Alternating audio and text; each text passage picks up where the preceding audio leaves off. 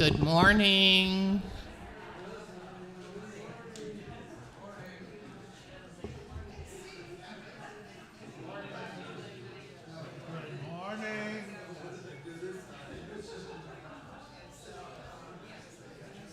Good morning. Jim and I are Beth today. Even though Beth is here, okay. Sneaking in. Seated or standing, please lift your voices in song for our gathering music, Our World is One World.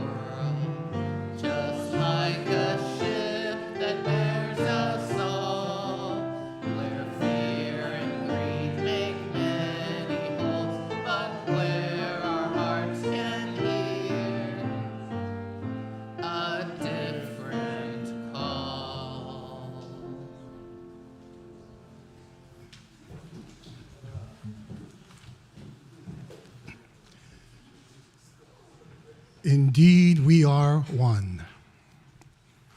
Aloha kākou. That sounds beautiful. And aloha kakahiaka. Good morning, everyone. And welcome to the First Unitarian Church of Honolulu, where we strive together to build a beloved community and to boldly grow compassion, justice, and joy. It is good to be together, sharing our hearts with one another. We are glad you are here. I'd like to extend a special greeting to visitors and newcomers this morning, right here in the building and on our Zoom LAN as well. For those in our sanctuary, please find a refreshment in our gallery just down the hallway and join us back here in for a talk back, a kind of conversation circle after the service. My name is Gabe Tioganko. My pronouns are he, him. I have the honor of being your worship associate today with our guest minister, Reverend Deborah Bon Ubsen, for whom I am so grateful, and we are looking forward to your message today. Also participating in our service, we have Cynthia Lynch as well. Welcome, Cynthia. We extend aloha to all of you for choosing our congregation to worship today.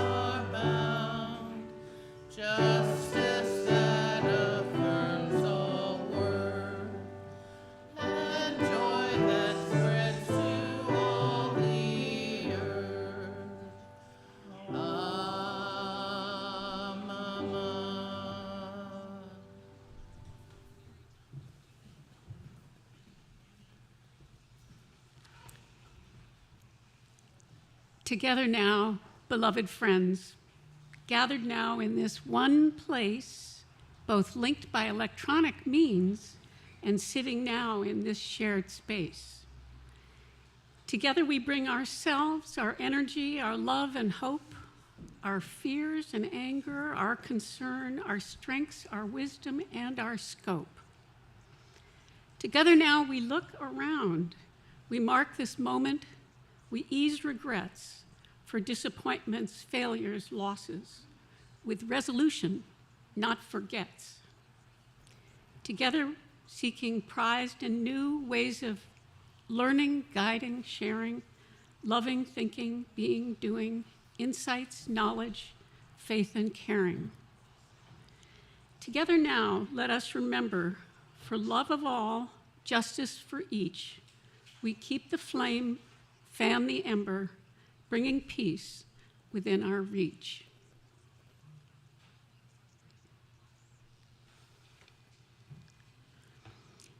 Our theme this month is joy and generosity. We're committed to the values of pluralism, interdependence, generosity, justice, equity, transformation, and love. But this month, we look especially at generosity and joy.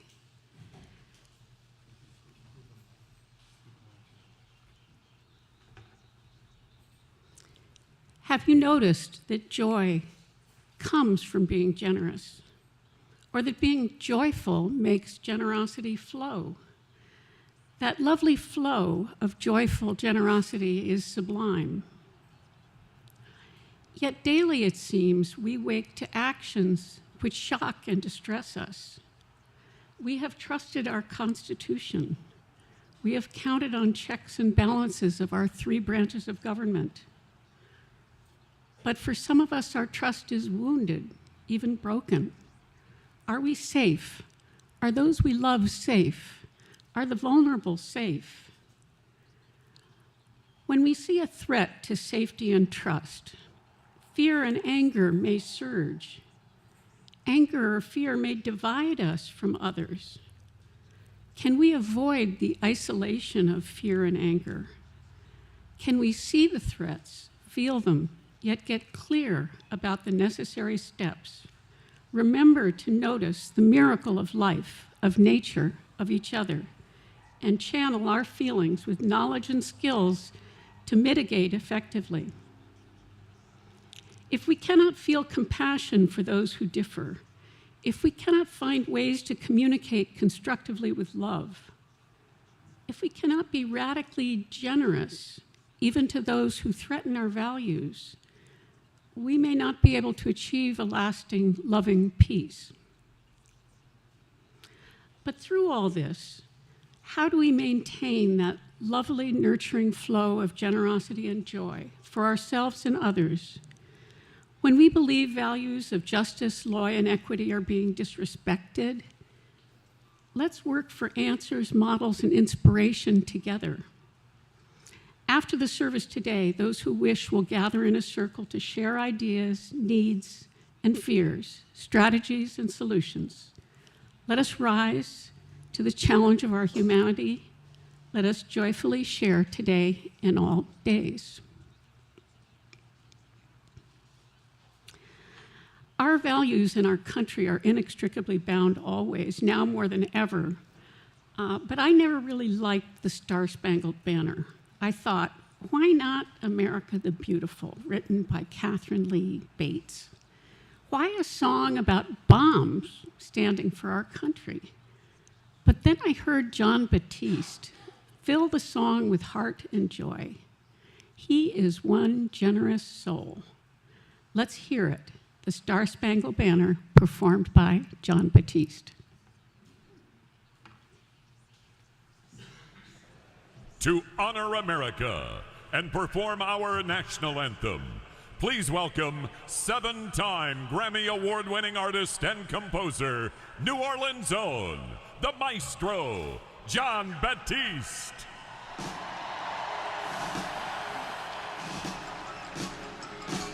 Oh, say, can you see by the dawn's early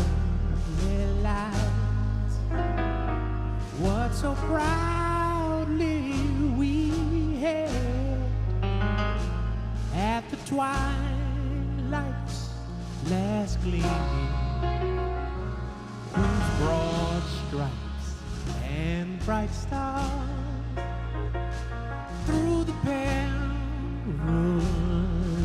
fight o'er the ramparts we watched was so gallantly streaming, and the rocket's red glare, the bombs bursting in air, gave through the night that our flag, it was still there. Oh, say, does that star-spangled banner yet wave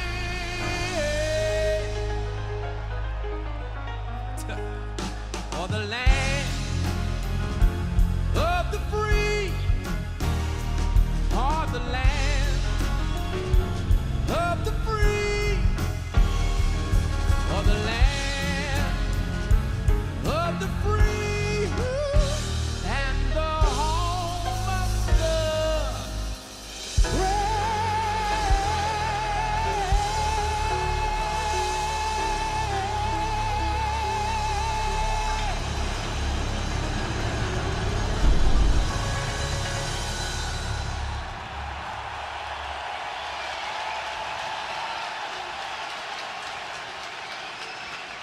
Our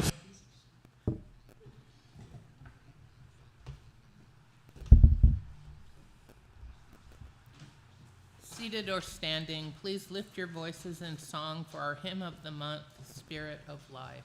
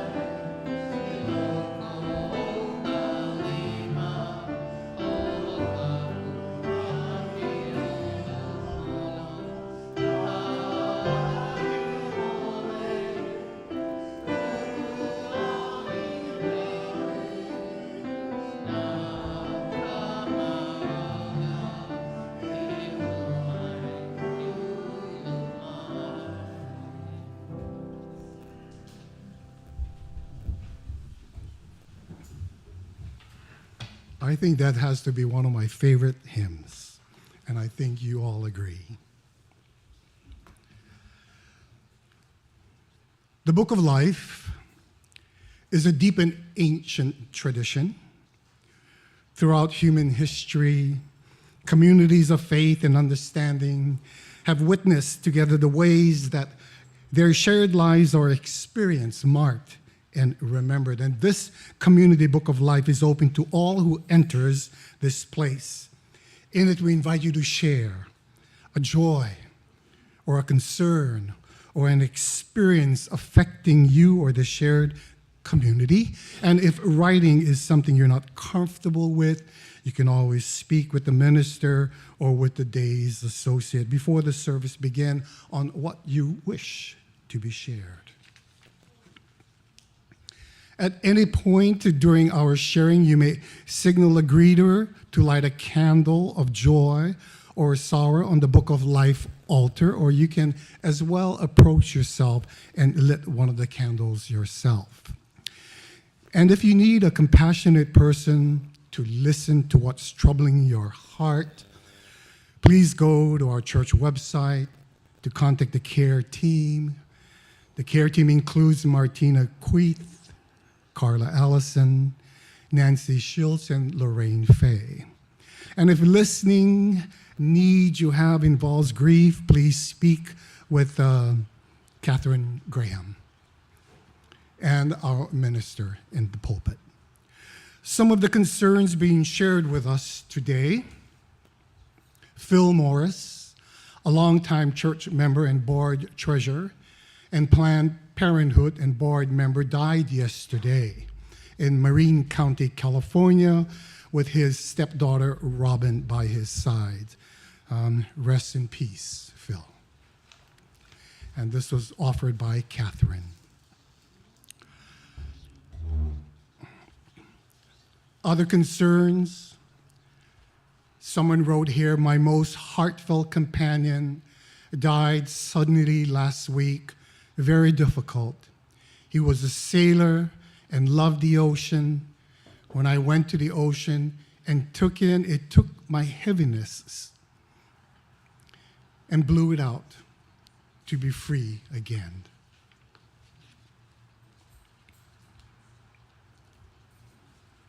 Along these stated concerns, there are surely those concerns troubling our own private lives.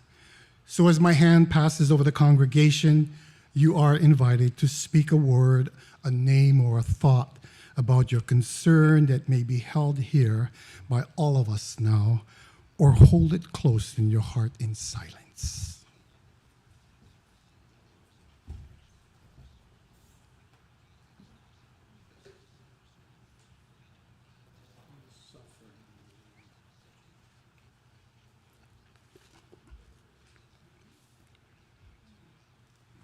Some of the joys being shared today with us. Dave and Teresa are back from the West Coast and Portland. Huxley is doing great. Still a long way to go. Did you get an email update? Yes, we did. Thank you, Teresa, for keeping us in check. Also, we are happy to have a former member, Michael Scott, and his wife, Kathleen Steriha, back this Sunday for a short visit with the Carpenter family. You have the wonderful host definitely taking care of you. Also in our midst, we have Thomas D. along with Cynthia. Nice to have you here this morning. And a happy birthday tomorrow, which is Monday, for Nan Kleiber. Where is Nan? Nan Kleiber is having a birthday along with Hilka Eastonwood. Now I think it is appropriate that we all sing happy birthday for our two favorite people at our church, Hilka and Nan. On the count of three. Happy birthday to you. Happy birthday to you. Happy birthday, dear Nan and Hilka. Happy birthday to you. And many more. Along these joys enlivening our community, there are surely joys warming our own hearts as well. So as my hand passes over the congregation, you are invited again to speak a word, a name, or a thought about that joy you feel, so it might be shared by all of us now.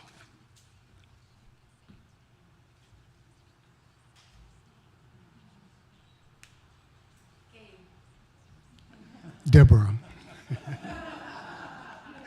The bitterness and sweetness The concerns and the joys of our life are a reminder of the living of these days, the brave adventure, and the holy understanding we share in this journey echo today, as it always does in the book of life and in the hearts we each bring to share here today.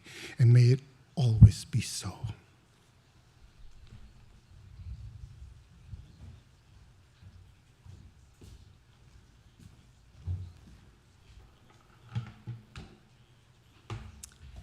Please join me in a blessing. I think the words are going to appear for you to speak the words many. Ian, do you have that slide? No. All right. I will speak for you the words of one and many.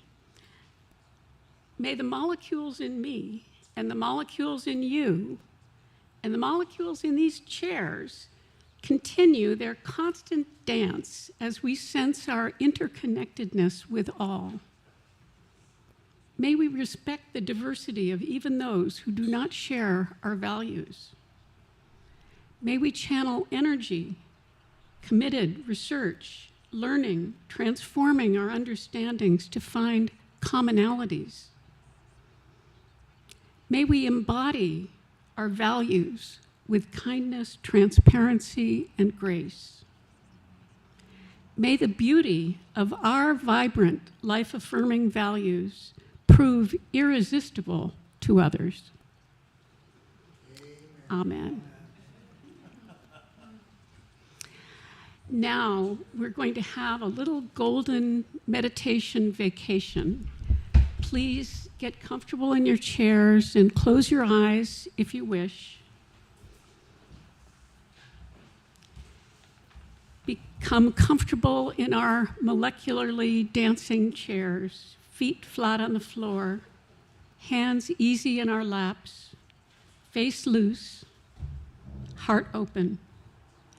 Let's imagine a golden light, a circle of golden light just above our head, rotating slowly. Imagine this light. Above your head, you're protected by this light, enlightened by this light. Breathe in.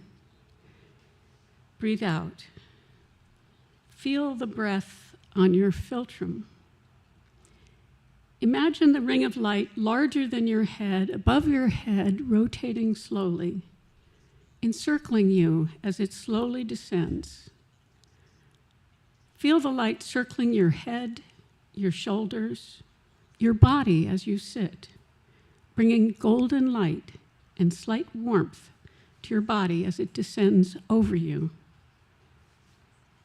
The circling light expands over you in your chair and continues down to your feet. Breathe in, breathe out.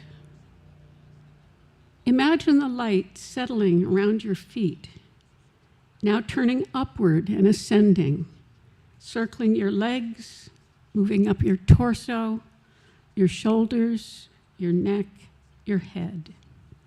Now the light is above you again, now fading and rising into the ether. Let us rejoin each other with open eyes.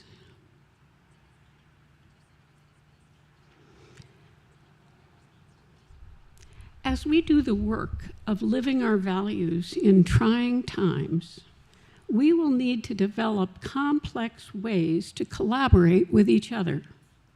We cannot succeed alone. Now the Barcelona Guitar Trio plus one percussionist will show us how.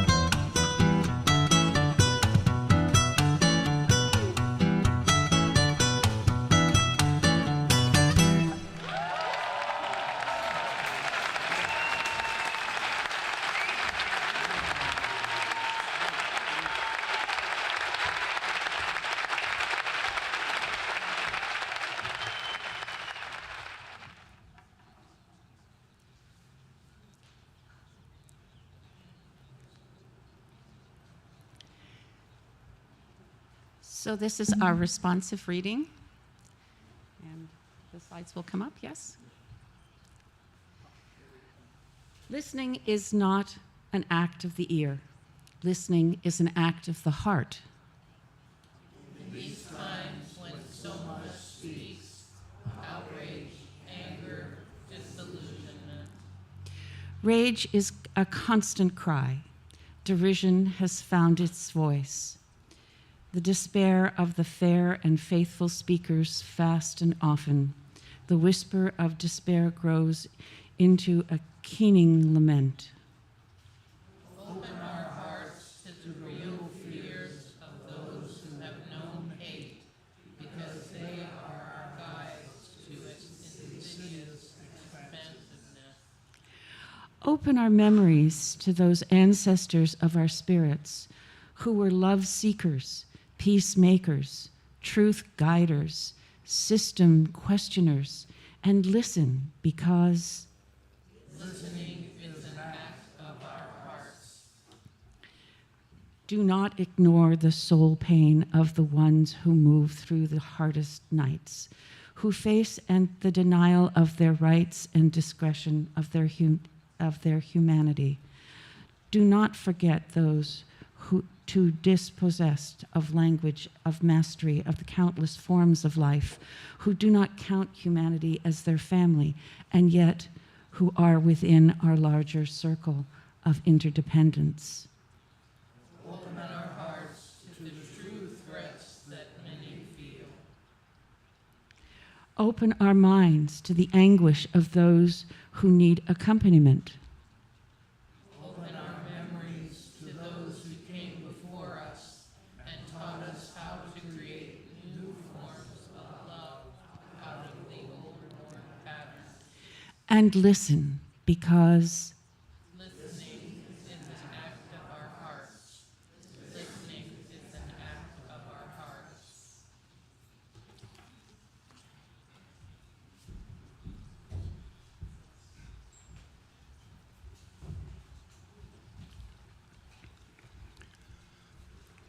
It is our custom here at First Unitarian Church of Honolulu to share a monthly offering with a group whose mission is in concert with our own. This month, we are supporting the Hawaii Housing Policy Foundation. Their mission, they are a group of committed individuals working to change our housing system and how we relate to the land. Land is valuable, and we should be seen as a limited resource for all who live and work in Hawaii. We must create public policies that manage our land and housing with consideration for future generations. Together, we can create sustainable housing for Hawaii. And because we support our congregation through pledges and rental income, we are able to be generous to give 100% of our non-pledge funds collected today to this organization. There are many ways to give. Please put some cash in the calabash that will be passed around by our wonderful volunteers. You can always send a check to the church and note that it is for this month Share the Plate program. Or scan the QR code on the screen to be directed to a secured giving page on the church's website. You can also give securely by text. This encrypted form of giving allows you to give to the Share the Plate recipient, the Church Emergency Fund, and to make payment towards your pledge. The offering will now be freely given and gratefully received.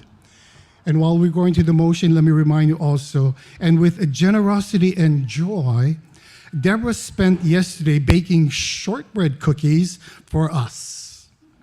And with generosity and joy,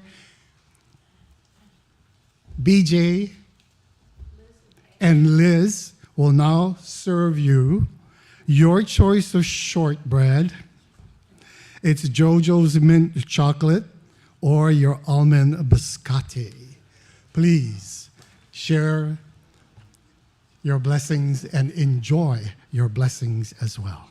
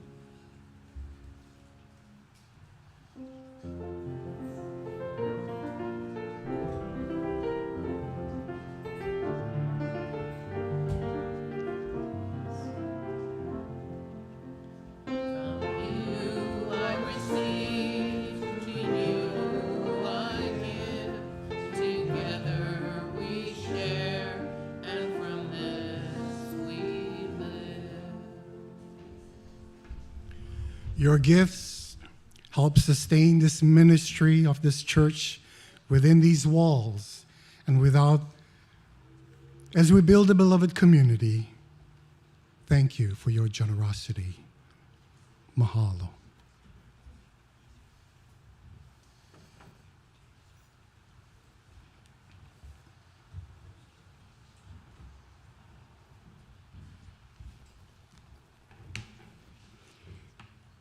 In these times, witnessing hard-fought advances recede, in shock, surprise, anger, or fear, or simple downcast concern, it may encourage us to think of heroes who have awakened in people a moral imperative, a commitment to values.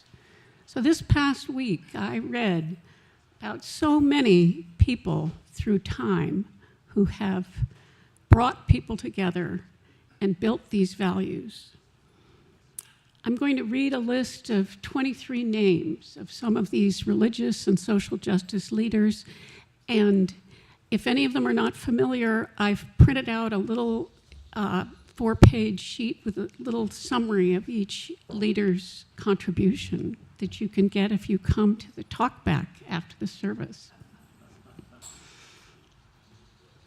Abraham, Siddhartha the Buddha, Jesus Christ, Muhammad, William Wilberforce, Mary Wollstonecraft, Sojourner Truth, Susan B. Anthony, Harriet Tubman, Jane Addams, Mahatma Gandhi, Eleanor Roosevelt, Konstantin Karaja, Dietrich Bonhoeffer, Oskar Schindler, Martin Luther King Jr., Nelson Mandela, Cesar Chavez, Desmond Tutu, Marion Wright Edelman, John Lewis, Tarana Burke, Malala Yousafzai. A constant thread runs through their legendary leadership, connecting universal powers with human needs, addressing the future, promoting values, evoking a dream. So for strength, I recommend looking to the messages of all these people, and Ian will play us now the beloved I Have a Dream to give us strength.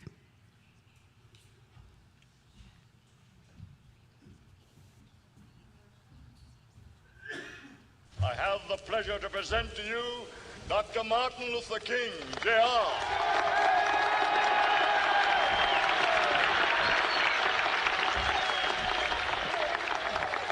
I am happy to join with you today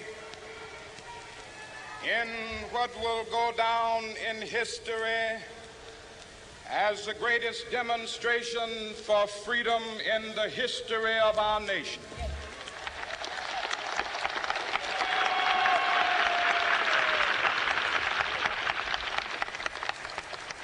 Five score years ago,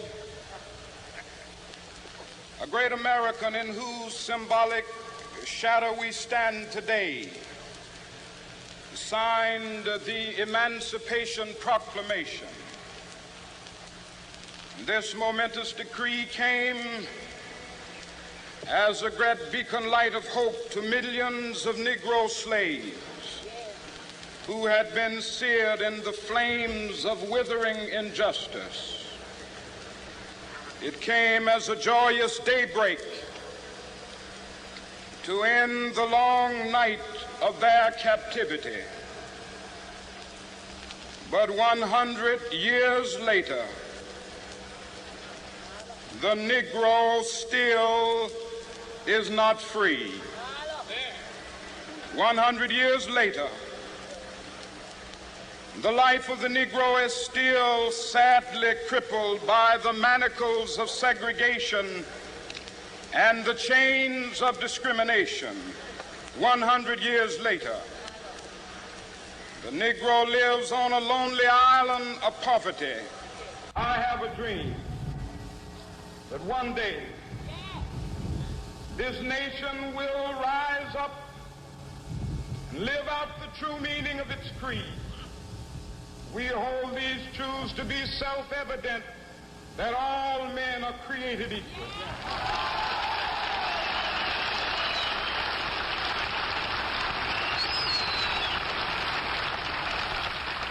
I have a dream that one day on the red hills of Georgia,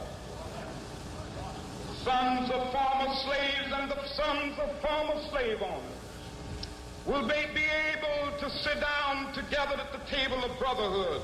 I have a dream that one day,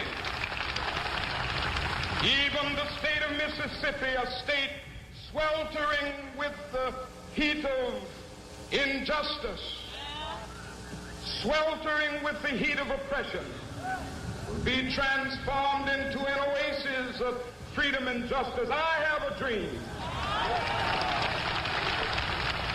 My 4 little children will one day live in a nation where they will not be judged by the color of their skin, but by the content of their character. I have a dream today.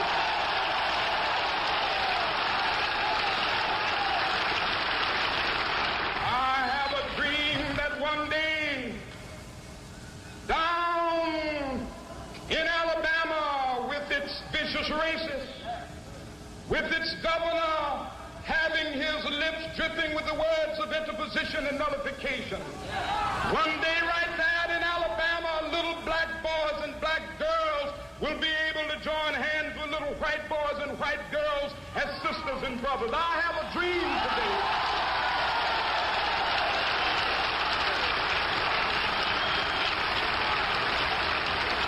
I have a dream that one day every valley shall be exalted, and every hill and mountain shall be made low. The rough places will be made plain, and the crooked places will be made straight, and the glory of the Lord shall be revealed, and all flesh shall see it together. This is our hope. This is the faith that I go back to the South with. With this faith, we will be able to hew out of the mountain of despair a stone of hope. With this faith, we will be able to transform the jangling discords of our nation into a beautiful symphony of brotherhood. With this faith, we will be able to work together, to pray together, to struggle together, to go to jail together, to stand up for freedom together, knowing that we will be free one day.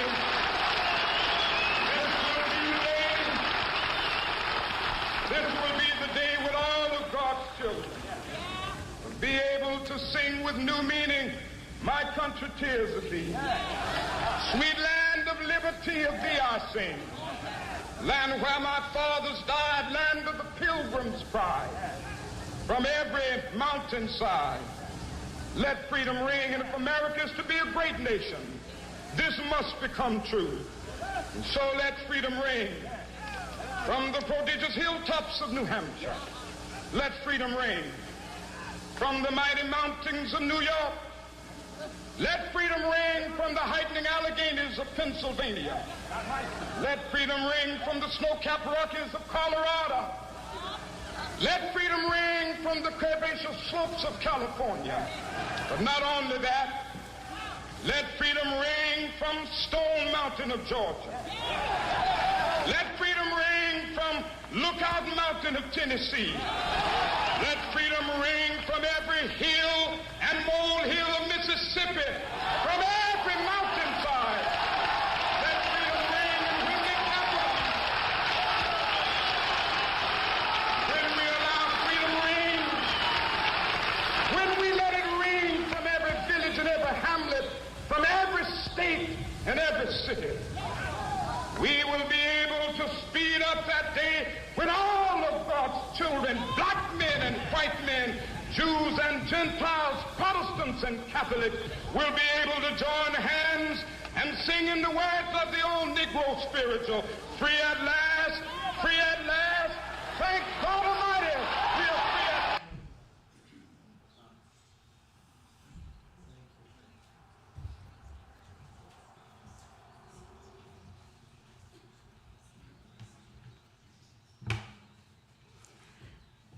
After decades of hard-won progress toward justice, fairness, and respect, values that are supported by every major religion, we are now a nation deeply divided, and it seems bitterly.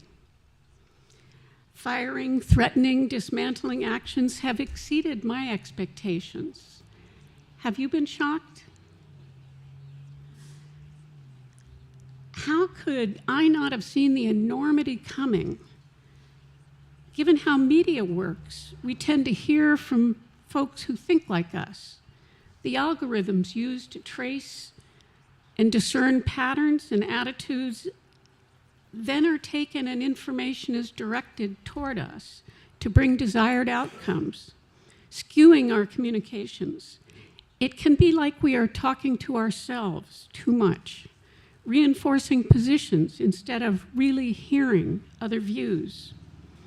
The movement from broadcast neutrality years ago to cable, internet, mobile, social communication, clearly advocating a point of view, and the emergence of alternative facts, the difficulty of finding the truth and of having the truth believed when shared, the velocity of electronic media to spread ideas, videos, emojis, memes, social media giving platforms to anyone creates a cacophony of communication. At the same time, electronic life takes off virally. Being together in person has dropped massively. This pattern was, of course, exacerbated by the pandemic. How many of you remember the book Bowling Alone? Harvard professor Robert Putnam's book came out 20 years ago, warning about the movement away from community to individualism and loneliness.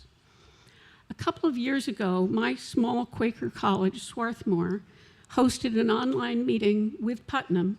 He's also a Swarthmore grad, like our governor, Josh Green. And Putnam told us that for the last 20 years since he published that book, he and a team have been further researching these patterns away from community toward individualism, self-interest. They have documented over 100 years of trends.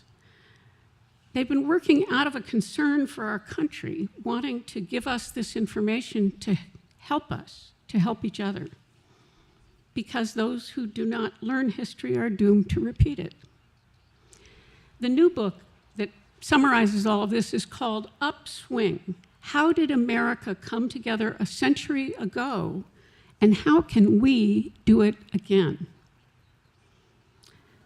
It's a surprising thing that actually we are at a low, low point in terms of ability to relate to other people through social organizations, and the point at which we were that low before was back in the 1890s.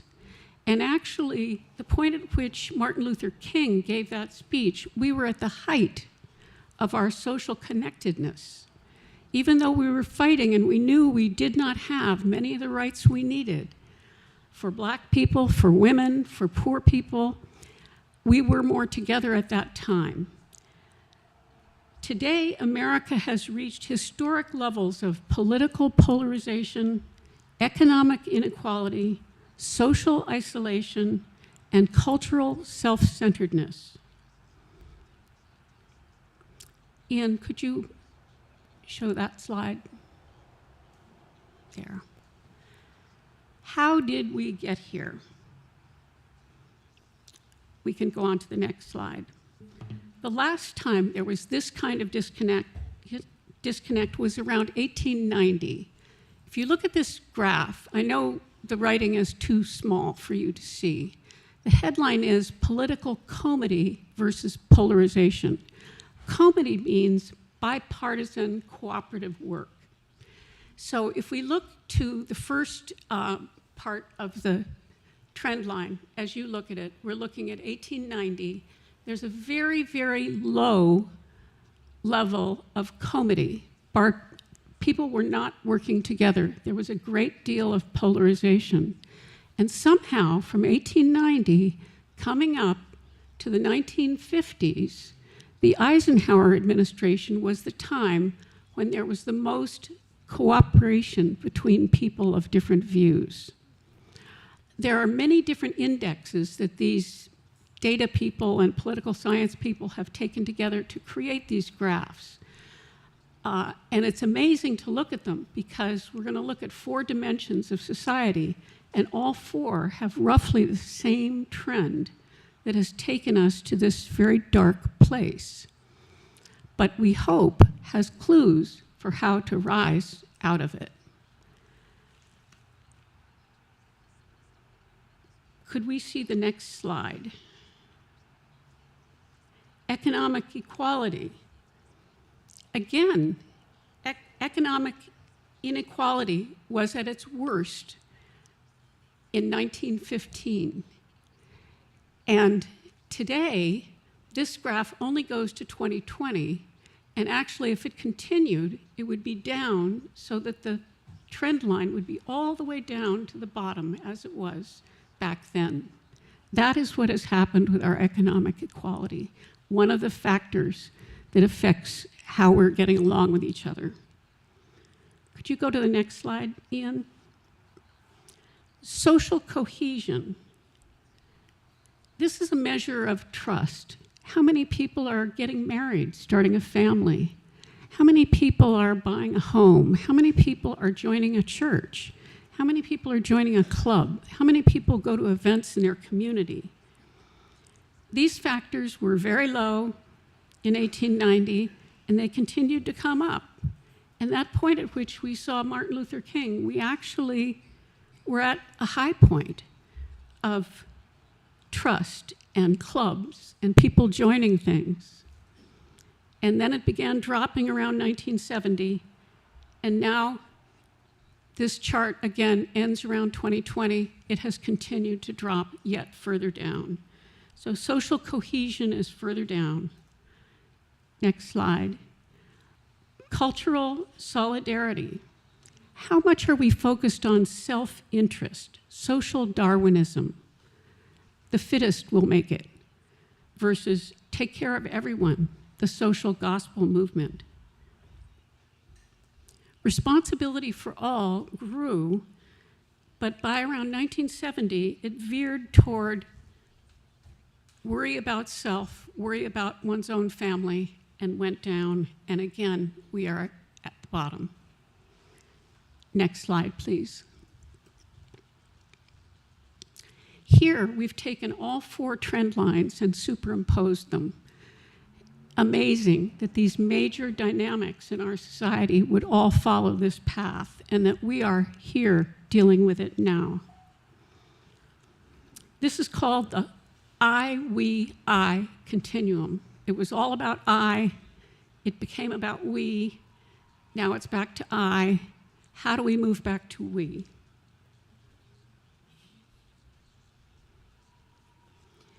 Instead of looking at what was so great about the 1950s, 1970s, Putnam's team has looked at what did people do to lift society towards shared values the last time? What are the things that happened that let all four of those trend lines come up? And they thought, at first, they thought they were going to find that economic equality was what lifted it. No. They thought, well, maybe it's charismatic leaders. No. They found it was a moral and cultural shift that was the primary driver. Folks showed each other moral obligations and values changed. They found that these changes brought the upswing, and these changes were driven by youth. Leaders under 30 with out-of-the-box ideas. New leaders with a sense of autonomy and dignity. And upward movement was led by grassroots innovation. A major factor was the emergence of high schools that let people get together in their communities around their children's education. Putnam and team believe that if we are going to get out of this, it will be by young people having a moral awakening and leading a movement. When we achieved the height of social unity in the 1960s, the we built was not big enough. We couldn't retain it. We couldn't stay that high because the we was mostly about men and white people, still at that time. We need a bigger tent. We need to regain equality, collaboration, and community, and our tent needs to be truly open. Moving from Putnam's insights, and if anyone wants links to any of his talks or anything, I'd be happy to share with you. But moving from them, I'd like to share a little bit of my world for a moment. If we look at K-12 education, there's been a tremendous challenge to try to raise achievement.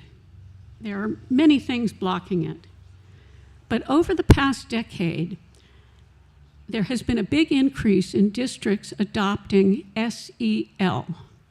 SEL stands for social emotional learning. And at this point, about 85% of all districts pay for curriculum and train teachers to teach social emotional learning. Remarkably, it has been found that investing in social emotional learning raises math and language arts scores more than direct investments in math and language arts. Amazing. The only factor that raises scores more and more rapidly is family engagement.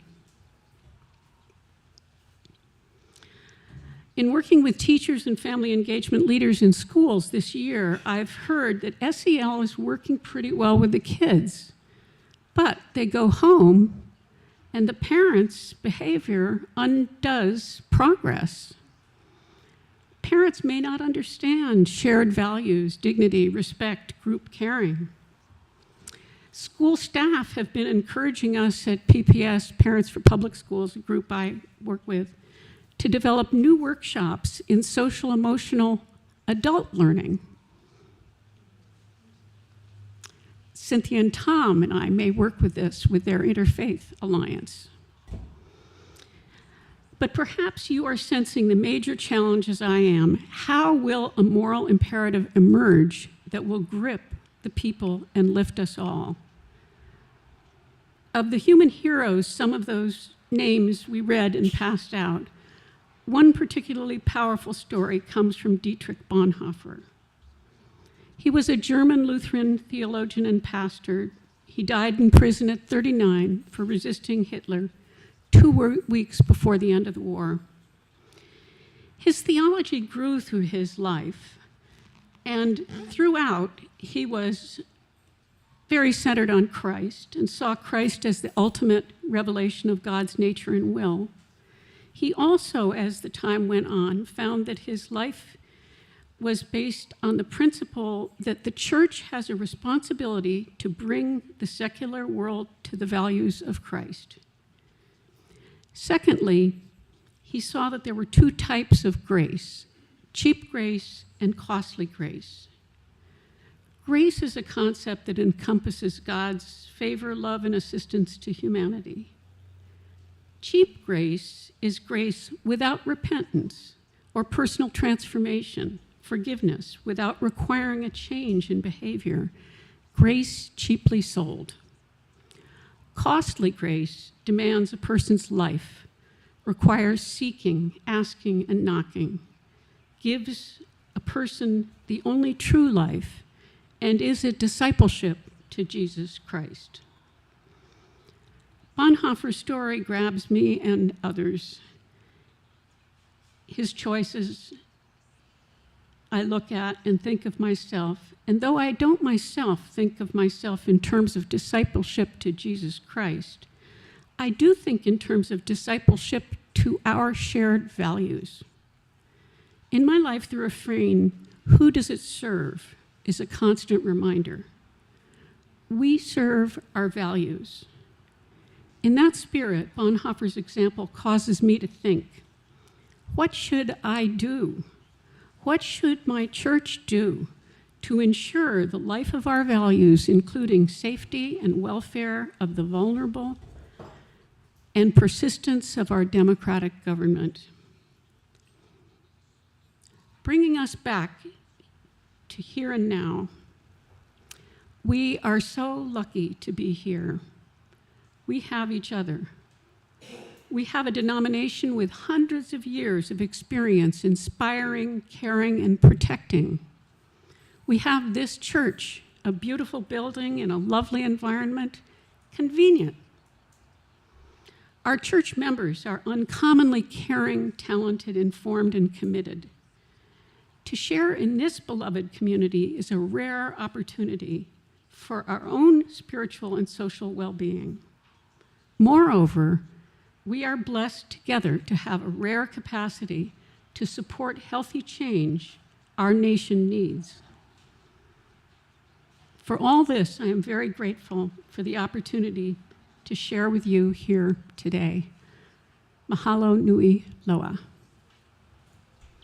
We began the service with our national anthem, the Star-Spangled Banner. Now we will enjoy the other American anthem, America the Beautiful, written by then literature professor Catherine Lee Bates as she traveled across the country on the train from Massachusetts to Colorado, amazed at the beauty she saw out her window.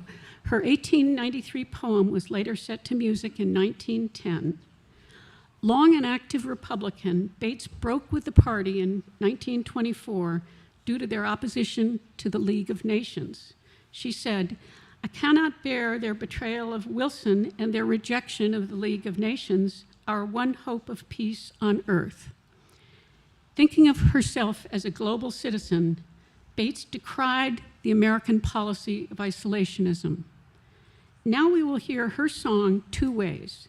First, a short video of Carrie Underwood singing at the inauguration this past January. When she started to sing, the backing track cut out, leaving her to perform a cappella. She asked the assembled for help. "I know, if you know the words, help me out." And she proceeded to sing the song without the backing music. This showed touching community, further illustrated by the departing administration and vanquished leaders standing in dignified support. After Carrie and the Armed Forces Chorus short rendition, we will sing this song ourselves, led by Karen and Jim, with Noe accompanying.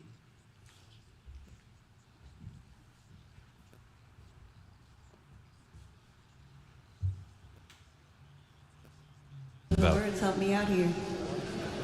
Oh, beautiful for spacious skies, for amber waves of grain, for purple mountain majesties above the fruited plain.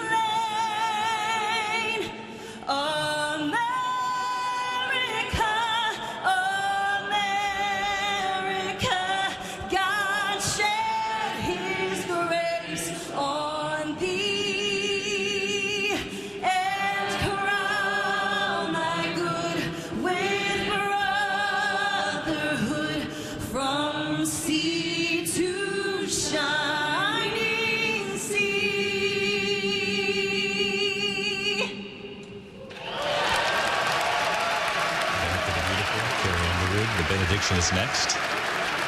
Shaking President Biden's hand, the Vice President, the outgoing Vice President Kamala Harris, singing the words along with her. Shaking the 47th President, Donald Trump's hands there, and the Vice President, J.D. Vance.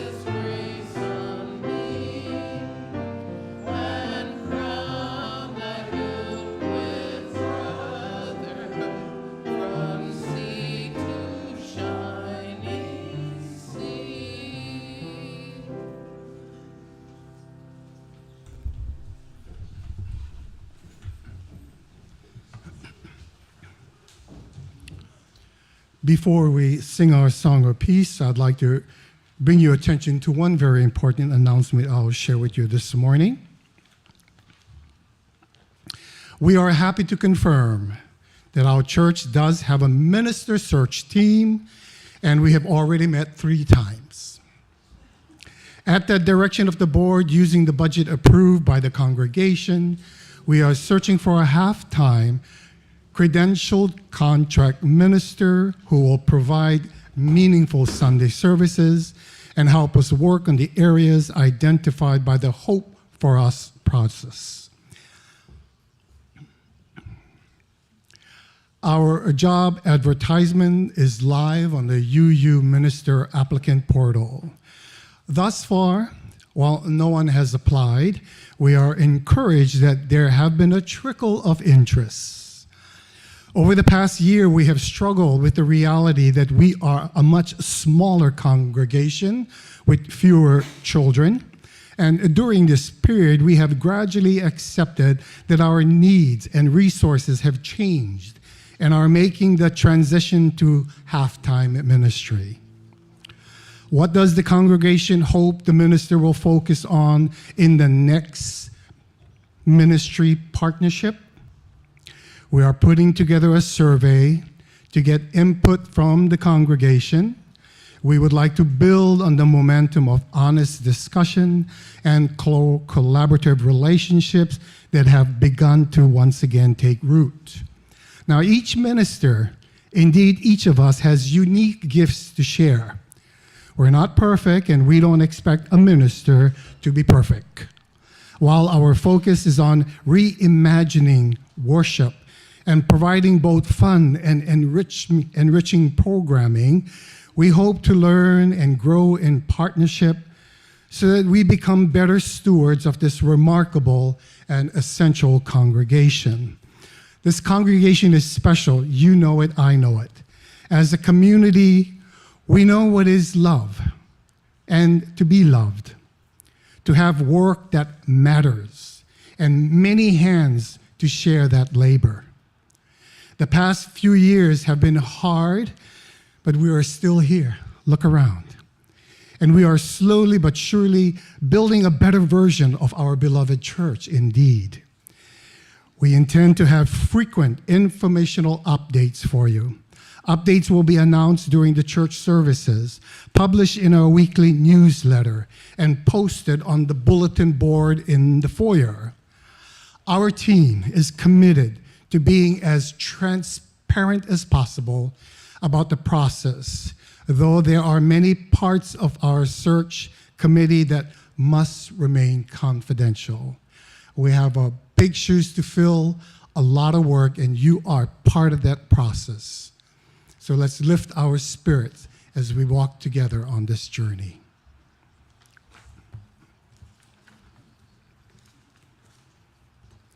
As we sing our song of peace, please remember to ask before taking someone else's hand. Seated or standing, lift our voices for our song of peace.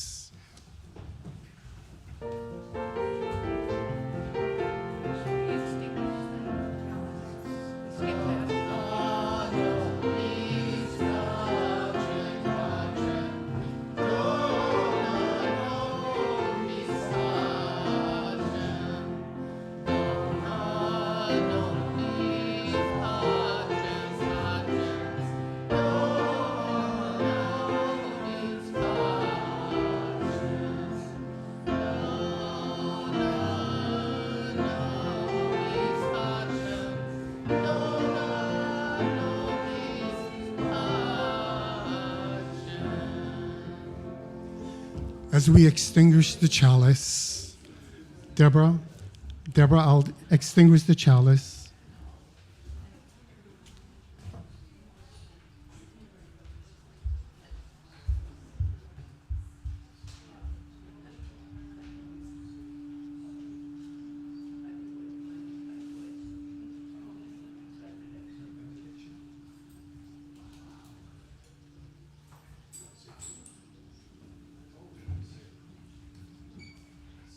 Being one, let love flow through us like a river. Despite risk, give what we can, keep our hearts open, listen so closely, read and think hard, encourage new ideas, feel our fear and anger, but see fear and anger as a need to protect what we love and use that energy